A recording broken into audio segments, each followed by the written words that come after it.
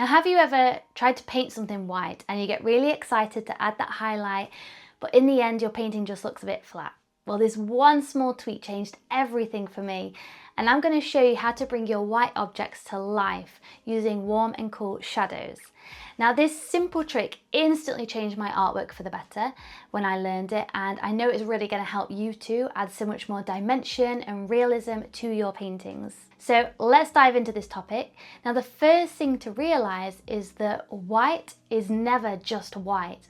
It just reflects the colours around it, which means that a white object can completely change colour depending where it is, depending on the lighting, the shadows that are being reflected around it. Now, this is where warm and cool shadows really come into play. Warm shadows, I want you to think of like soft yellows, pinks, light browns, really kind of creating like a glowing sunlit effect.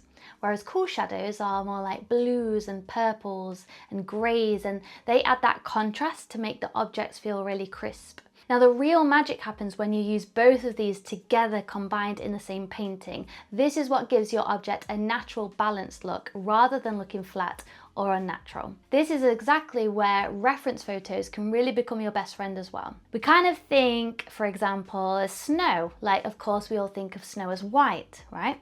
So if we're going to paint it, we might go straight for that titanium white and just paint in that snow.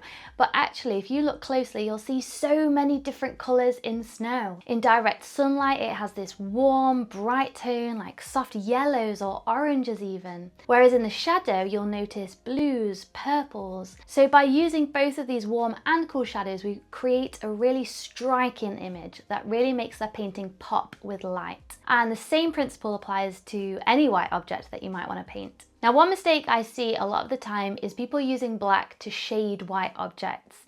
Black can dull a painting and make it look lifeless and flat. Rarely is a shadow actually grey. So instead, try adding a little bit of blue in there, or purple, or burnt sienna, and this is going to give your shadows a much more natural yet rich look. Now, if you can see that difference, just that slight shift in temperature makes the painting pop so much more and gives it that real dynamic energy. So let's have a look at this with a study of a white bird. Now, at first glance, you might think that this bird is just white, but when you break down the colours in it, you'll see a mix of soft greys, blues, warm tones throughout. And if I add any pure white in a painting, it's usually just a tiny little bit, maybe a tiny fleck on the eyeball for just a little sparkle or something like that. So this applies to so many subjects. If you think of a white flower, for example, you'll find greens and blues and yellows in the petals. A panda bear, well, their fur has creamy tones generally, but yet near the nose, you can see more cool blues for more depth. So it's not just about the shadow and the highlight, but also about the variation in colour to create your dynamic painting with those whites. Now, if you've ever struggled with mixing colours or knowing how to create what shade that you really want, there's something that you're going to really love. I'd love for you to join us in Supercharge Your Art in 14 days. It's a 14-day course designed to help you master colour mixing so you can confidently create any colour that you actually need. We look at brush techniques and how you can incorporate those into your painting to give it beautiful strokes.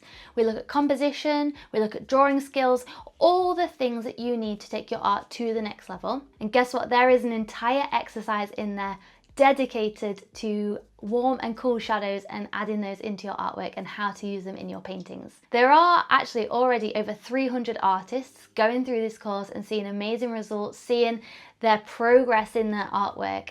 So if you would like to join us, check the link in the description box. And there you have it. This is a simple yet really powerful trick that you can add into your painting practice to make white objects look vibrant and full of life. And when I learned this little hack, it just completely changed the way not only I painted, but the way that I saw things that I wanted to paint. So next time you try and paint something white, think about this video, try mixing those warm and cool shadows into your painting, and it will make a real difference. Let me know in the comments if you've ever struggled with painting white before, or if this was like an aha moment for you. And don't forget to join us inside Supercharge Your Art in 14 days if you're ready to see that huge progress in your artwork.